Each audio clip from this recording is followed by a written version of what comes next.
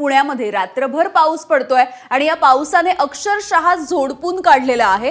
पुण्यामध्ये झालेल्या मुसळधार पावसामुळे अनेक भागामध्ये पाणी साचलेलं आहे। सिंहगड रोडवरच्या सोसायट्यांमध्ये आता पाणी शिरलंय आणि त्यामध्ये किमान शेकडो लोक हे सोसायट्यांमध्ये अडकून पडलेले आहेत। त्यांना बाहेर काढण्याचे प्रयत्न सकाळी सुरू होते।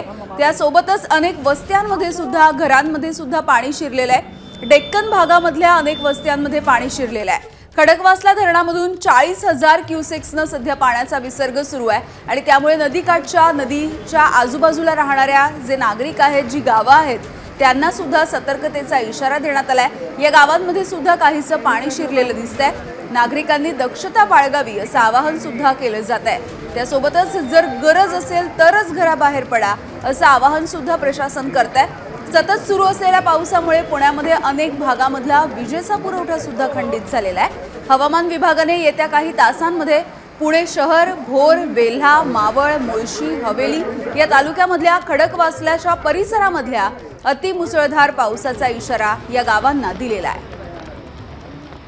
आणि याविषयी बोलूयात, आमचे प्रतिनिधी मिकी घई सध्या आपल्यासोबत जोडले गेलेले आहेत। मिकी, आपण बघतोय रात्रभर पुण्यामध्ये मुसळधार पाऊस पडतोय, अनेक सखल भागामध्ये पाणी साचलेलं आहे, प्रशासन अलर्ट मोडवरती आलंय। आपण बघतोय तुम्ही ज्या ठिकाणी उभे आहात तिथे सुद्धा कमरे इतकं पाणी साचलेलं दिसतंय।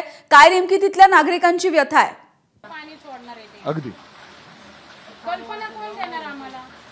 यामिनी जर बघितलं तर रात्रभर मुसळधार पाऊस सुरू आहे आणि खडकवासला धरणातून जवळपास 40,000 क्युसेक्स वेगाने पाण्याचा विसर्ग सुरू आहे।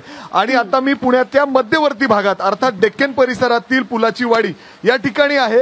जर आपण बघितलं तर नदीचं पात्र आता दुथडी भरून वाहतंय आणि त्यानंतर इथं जे नदीलगत घरं आहेत त्यांच्या या घरांमध्ये जवळपास 4-4, 5-5 फूट इतकं पाणी झालेलं आहे। काहीच राहिलेलं नाही घरात, अशी अवस्था आहे। जर एखाद्या घराचं दार मी तुम्हाला उघडून दाखवलं तर अक्षरशः घरातले भांडे देखील पाण्यावर तरंगतायत, अशी परिस्थिती। घरातलं धान्य असेल, घरातली लहान मुलाची पुस्तकं असतील, सगळं काही या पाण्यामध्ये वाहून गेलेलं आहे। अक्षरशः हे लोक जर बघितलं तर रस्त्यावर येऊन सध्या आहेत। काही महिला माझ्यासोबत आहेत जे घरातलं सामान काढण्यासाठी या ठिकाणी आलेत। तुमचं कुठलं घर आहे आणि काय परिस्थिती आहे? माझं घर खाली आहे आणि माझ्या मुलांची 10वीची वह्या, पुस्तकं, टीव्ही सगळं पाण्याखाली गेलेलं आहे। मी एकटी घरकाम करते, माझ्या घरात कमवणार कोणी नाही। आम्हाला निदान कल्पना तरी द्यायची ना की पाणी सोडणारे यायची, आम्ही बाहेर राहिलो असतो ना। महानगरपालिकेच्या अधिकाऱ्यांनी कल्पना दिली नव्हती? आले आम्हाला कोणी सांगितलं? मध्यरात्री 3 वाजता पाणी आलंय, झोपेत असताना पाणी आलेलं सगळ्या घरात। मग लहान मुलं तुम्ही कसं बाहेर निघाला? आम्ही पहिलं मुलांना काढलं आणि मग वस्तू आम्ही त्याचे काय आपल्या आहे काहीच नाही राहिलं। माझं घर बुडाले, अक्षरशः बुडाले पाण्याखाली, पूर्ण पाण्याखाली। पूर्ण पाण्याखाली बघा खाली माझं। हे घर तुमचं? हो।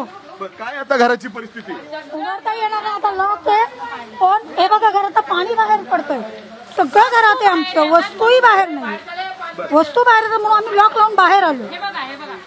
हे बघा वस्तू सगळं वाहत येत आहेत, सगळं वाहून येतंय। भांडे असेल, इतर गोष्टी असतील घरातील, ते अशा पद्धतीने आम्हाला कल्पनाच दिली नाही। 3 वाजता झोपेत ना आम्ही। इथं साधारण किती घर आहेत, किती लोक राहतात या वस्तीत? 70 घर आहेत। 70 घर आहेत। सगळे 70 घरांमध्ये पाणी, सगळ्या घरांमध्ये पाणी, सगळ्या घरांमध्ये पाणी, सगळे बाहेर। लोक म्हणजे आजारी देखील होती, त्यांना कसं काढलं? सासू दम्याची पेशंट आहे, बाहेर बसवली, भिजलेली, कपडे नाहीये घालायला। आता महानगरपालिकेचे लोक येत आहेत का विचारायला? काय अजून नाही आलेलं कोणी सांगायला आम्हाला की पाणी सोडलेलं नाहीये।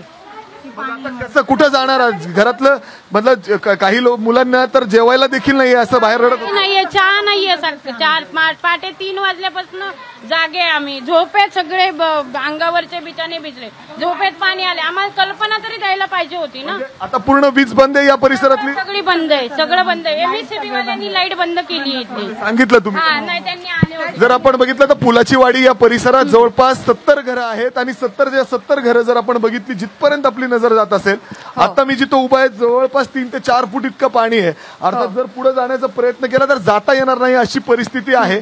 आणि इथं जे लोक राहतात अक्षरशः त्यांना रस्त्याच्या खाली, पुलाखाली ते बसलेले आहेत। घरातलं धान्य असेल, घरातली भांडी असेल, घरातलं जे काही वस्तू असतील, 10वीची वह्या, पुस्तकं कुठनं आणणार? मी एकटी बाई कमवणार, नवरा नाहीये मला, मी माझ्या मुलांना धुणं भांड्याची कामं करून वाढवते। अक्षरशः म्हणजे जर मी बघितलं तर जर मी तुम्हाला अगदी. दाखवायचा प्रयत्न केला तर हे बघा अशा पद्धतीने भांडे देखील पाण्यामध्ये तरंगत आहेत. ही अगदी परिस्थिती मिकी, आपण बघतोय तुम्ही ज्या परिसरामध्ये आहात या पुलाची वाडी परिसरामधले वातावरण असेल, तिथली जी काही अवस्था आहे सध्याची ती अत्यंत विदारक अशीच म्हणायला हवी. एबीपी माझा, उघडा डोळे बघा नीट.